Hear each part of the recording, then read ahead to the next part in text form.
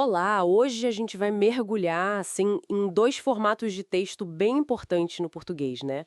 O artigo de opinião e a dissertação argumentativa. Exato. E para isso vamos usar um material ótimo do professor André Branco, que inclui até um artigo dele mesmo sobre grafite. Um tema polêmico, hein? Sempre, né? Grafite como arte? Isso. O material base é um texto didático dele explicando as diferenças, e esse artigo, Os Cobras da Arte Urbana Merecem Respeito. Uhum. A ideia aqui é entender bem essas diferenças textuais e, claro, pensar sobre essa questão do grafite. É arte mesmo ou, sei lá, poluição visual? É um debate necessário. Bom, vamos começar a desembrulhar isso então.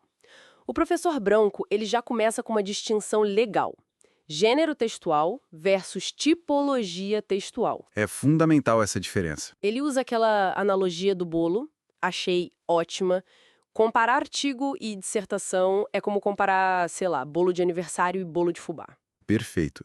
Mesmo a base, talvez, alguns ingredientes parecidos. Mas com propósitos e cara totalmente diferentes, né? Exatamente. E isso leva a diferenças bem práticas na hora de escrever. Por exemplo, o ponto de partida. Como assim? O artigo de opinião, muitas vezes, ele pega um exemplo específico, um fato recente, sabe? Para daí puxar uma discussão mais geral. É um caminho indutivo. Ah, entendi. Do particular para o geral. Isso. Já na dissertação argumentativa, principalmente pensando no Enem, o mais comum é o contrário, um raciocínio dedutivo. Partir de um caso específico logo de cara não é muito recomendado ali. Faz sentido. E a linguagem, imagino que mude também. O artigo parece mais pessoal? Com certeza. Olha, os dois exigem a norma padrão, claro. Mas o artigo, ele permite uma flexibilidade maior. Pode ter uns trechos menos formais. Uhum. E o principal, permite usar a primeira pessoa. Isso aproxima muito mais, cria um tom de conversa. E a dissertação não, né? É mais distante, objetiva. Exato. Terceira pessoa, mais formalidade. A ideia é apresentar argumentos de forma mais neutra, por assim dizer. E a estrutura? O texto do professor fala de título, assinatura, Sim, outra diferença clara.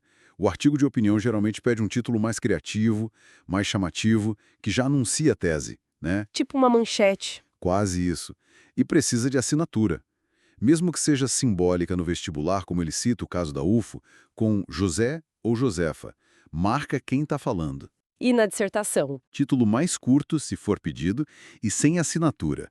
Os conectivos também mudam um pouco. Aquele em primeiro lugar, ademais, é mais cara de dissertação. Entendi. E a conclusão? O finalzinho do texto. Aqui a diferença é gritante. O artigo geralmente fecha, reforçando a ideia principal, sintetizando o que foi dito. Certo. Já a dissertação do Enem, bem, tem aquela exigência específica, a proposta de intervenção, detalhada com agente, ação, modo, finalidade. É outra lógica. Nossa, são muitas diferenças mesmo quando a gente para olhar assim. Pois é. Parecem primos, mas cada um tem sua função social, seu jeito. E o artigo do professor Branco sobre o grafite ilustra bem essa pegada mais pessoal do artigo de opinião, né? Ele já lança a pergunta de cara.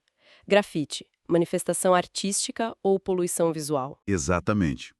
E ele usa o exemplo do Eduardo Cobra, menciona o preconceito que ele sofreu no início.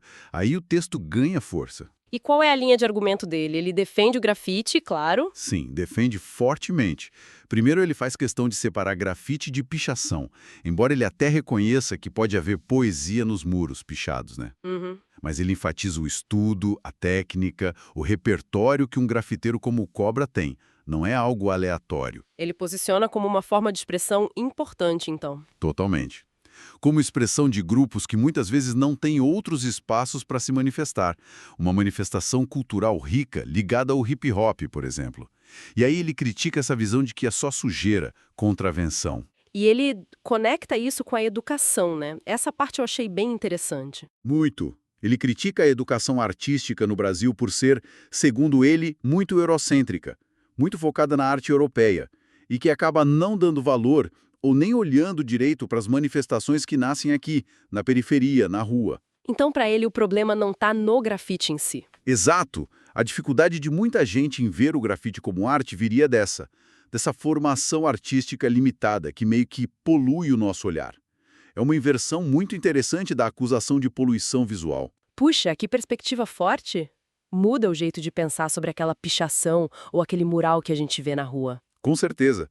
Leva a gente a questionar o que é considerado arte e por quem, né? Então, resumindo o que a gente viu, o artigo de opinião é mais pessoal, parte do específico, tem linguagem mais flexível, usa o eu e conclui reforçando a tese. Isso. Já a dissertação argumentativa é mais objetiva, formal, geralmente não usa a primeira pessoa e, no caso do Enem, tem que ter a proposta de intervenção na conclusão. Perfeito. E vimos como o artigo do professor Branco usou as características do artigo de opinião para defender o grafite, argumentando que essa dificuldade em aceitar o grafite como arte vem, na verdade, de uma falha na nossa educação artística. Exatamente. E isso abre uma porta para a gente pensar, né? Se a falta de uma educação artística mais ampla causa preconceito contra o grafite, será que não existem outras manifestações culturais por aí, talvez menos visíveis, fora do eixo tradicional, que a gente também está subestimando ou julgando mal? Boa pergunta. Sim. Simplesmente por não conhecer, por não ter ferramenta para entender, ou por causa das narrativas que dominam, né? Fica aí a provocação para quem nos ouve.